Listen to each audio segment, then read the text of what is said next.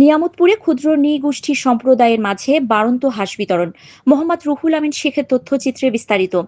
নওগাঁর নিয়ামতপুরে উপজেলার ক্ষুদ্র নৃগোষ্ঠী সম্প্রদায়ের মাঝে বাড়ন্ত হাঁস বিতরণ করা হয়েছে।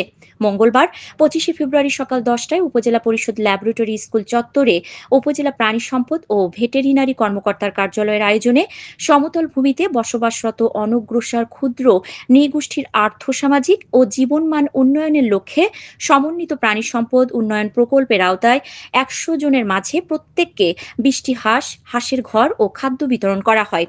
হাঁস বিতরণ অনুষ্ঠানে সভাপতিত্ব করেন উপজেলা প্রাণী সম্পদ কর্মকর্তা ডাক্তার আব্দুল লতিফ এবং প্রধান অতিথি হিসেবে উপস্থিত ছিলেন উপজেলা নির্বাহী কর্মকর্তা ইউএনও মেহেদী হাসান।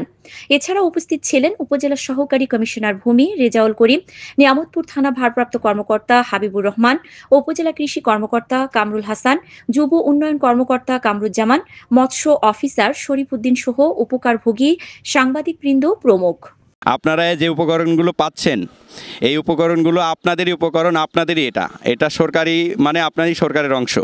সেই হিসাবে আপনারা নিজের মনে করে যত্ন করবেন।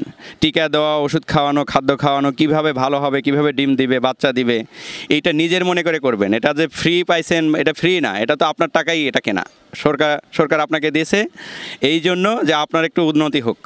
আপনারা এটাকে দিয়ে আপনার জীবনের চাকা ঘোরাবেন এবং আপনাদের যে অবস্থানটাকে পরিবর্তনের জন্য সর্বোচ্চ সচেষ্ট থাকবেন এবং যে কোনো ধরনের সমস্যা হলে আমাদের অফিসের সাথে সার্বক্ষণিক যোগাযোগ রক্ষা করবেন।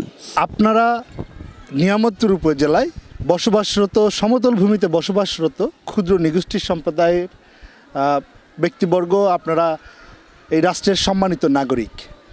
রাষ্ট্র তার নাগরিকদের ভালো মন্দ, সুখ দুঃখ সব কিছুর খবর রাখে। তারই অংশ হিসেবে আপনাদের জীবনমান উন্নয়নের জন্য সরকার এই প্রকল্প গ্রহণ করেছে।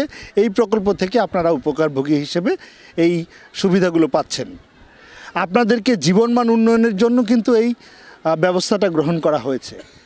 আপনারা যে হাঁস পাবেন, হাঁসের পরিমাণ একেবারে কম নয়, খুব বেশিও নয় হয়তো, কিন্তু আপনারা যদি যত্ন করে এই হাঁসকে লালন পালন করেন, এই ঘর এইটা আমাদের উপজেলা প্রাণী সম্পদ কর্মকর্তা, প্রাণী সম্পদ অধিদপ্তর কিন্তু পরীক্ষিত ঘর, যে কিভাবে আলো বাতাস ঢুকলে বের হলে ভিতরে এই আপনার হাঁস সুস্থ থাকবে, এরকম পরীক্ষিত ঘর আপনাদেরকে এই অফিস থেকে দেয়া হচ্ছে, প্রাণী সম্পদ অধিদপ্তর থেকে দেয়া হচ্ছে।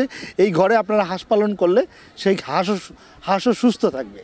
আপনারা যদি যত্ন সহকারে এটাকে পালন করেন, আপনার হয়তো সরকার যে পরিমাণ দিচ্ছে তার থেকে আরও বেশি করতে পারবেন, তার থেকে আরও বাড়বে।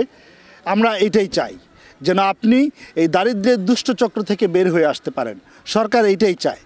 আমরা এই রাষ্ট্রের একজন নাগরিককে বাদ রেখেও সরকার কিন্তু এটা চিন্তা করে না যে আমি কিছু অংশ এগিয়ে যাবে আর কিছু অংশ পিছিয়ে থাকবে। সবাইকে নিয়েই সরকার তার রাষ্ট্রের সমস্ত সম্মানিত নাগরিকবৃন্দকে নিয়ে সরকার এই রাষ্ট্রকে এগিয়ে নিয়ে যেতে চায়।